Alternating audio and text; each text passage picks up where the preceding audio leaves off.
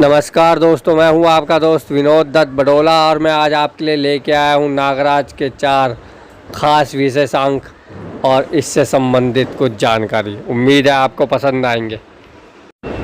ये नागराज के विशेषांक हैं: नागराज और तूतेंतु, अदृश्य हत्यारा, नागराज और कांजा और पापराज। ये चारों विशेषांक मेरे पास ओरिजिनल फॉर्मेट में भी हैं, लेकिन अभी उनको निकालना संभव नहीं था, तो मैं इस डाइजेस्ट इनके से संबंधित जानकारी आपको बताता हूँ। नागराज और तूतेंतु, इसके साथ एक फेस मास्क फ्री आया था नागराज का। नागराज और तूतेंतु इस कॉमिक्स के साथ एक प्लास्टिक फेस मास्क आया था नागराज का, उसकी फ़ोटो मैं अभी शेयर करता हूँ आपको। और इसके साथ एक प्रतियोगिता भी आई थी जिसमें लाखों के इनाम थे, और इसके बहुत सारे ऐड भी इस कॉमिक्स के आने से पूर्व प्रकाशित किए गए थे। उनकी भी आपको एक झलक दिखाऊंगा। बस ओरिजिनल कॉमिक्स और उसकी प्रतियोगिता मैं आपको जल्दी ही शीघ्र शेयर करूंगा। अभी वो मैंने अपने कॉमिक्सों के साथ उन्हें व्यवस्थित कर रखी है, जिस कारण मैं आपको अपनी चारों कॉमिक्स से ओरिजिनल नहीं दिखा सकता। जब ये चारों विशेषांक आए थे, नागराज और तूतेंतु, तो कहते हैं नागराज की सेल थोड़ी डाउन हो रही थी और उस समय नागराज की कॉमिक्स की बिक्री बहुत कम होती जा रही थी। नागराज की उस समय कॉमिक्सों की सेल्स बहुत कम होती जा रही थी, ऐसा कहते हैं। तो मुझे उस समय इसका कारण ये लगता है कि नागराज की बहुत समय से कॉमिक्स चंदू जी ड्रॉ करते आ रहे थे और एकदम से चंदू जी का आर्टवर्क हटा दिया गया था उसमें से, कॉमिक्सों में से, जिसमें आप देख सकते हैं इसमें विट्ठल कांबले जी का आर्ट था। तो मुझे तो ये लगता है नागराज की कॉमिक्स की सेल डाउन हो भी रही थी तो वो चंदू जी के आर्ट की वजह से हो रही थी। और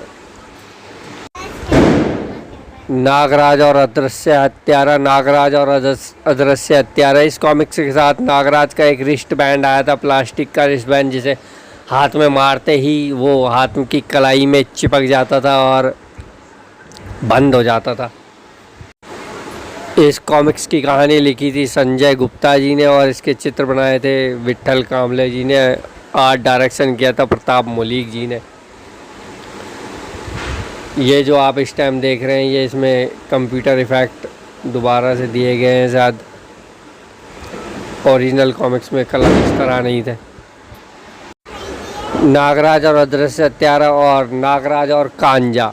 नागराज और कांजा के साथ आपको इस टाइम नागराज और कांजा और पापराज के साथ, दोनों के साथ एक एक पोस्टर मिला था। नागराज और कांजा के साथ जो पोस्टर मिला था वो मैं आपको शेयर करता हूँ और दिखाऊंगा।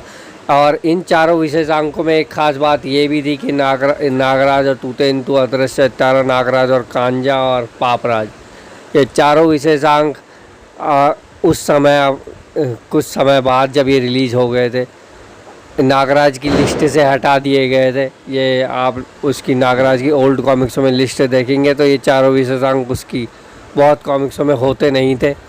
इसको हटाने का एक रीज़न ये भी हो सकता है कि नागराज जैसे उस समय विश्व आतंकवाद के समय विश्व आतंकवाद को समाप्त करने पे निकला हुआ था, तो हर कंट्री में जाके वो वहाँ के विलेन को मारता था और इसमें कुछ नए नए विलेन दिखाए थे, तो लेकिन सॉरी, ऐसा कुछ नहीं दिखाया गया था कि ये यहाँ जाके यहाँ का आतंकवाद समाप्त करता है।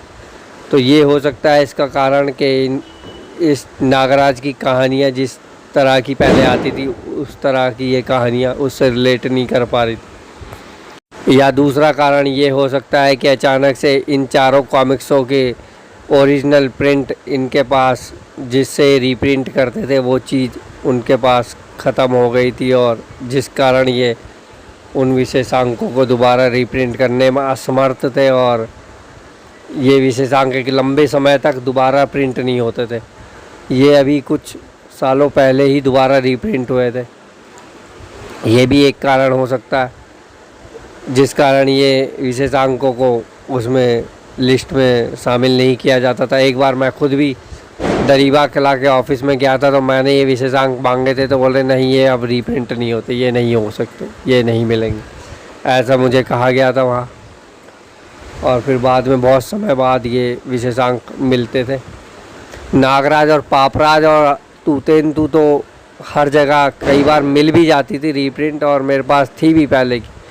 लेकिन नागराज और कांजा और अदृश्य हत्यारा एक बार जब मेरे हाथ से मिस हुई तो मुझे दोबारा नहीं मिली, और अब रीप्रिंट हुई थी तभी मिली थी ये मुझे। तो दोस्तों, उम्मीद है आपको ये जानकारी पसंद आई होगी। तो दोस्तों, मिलते हैं फिर किसी और वीडियो में, किसी और कॉमिक्स पे किसी खास जानकारी के साथ। धन्यवाद।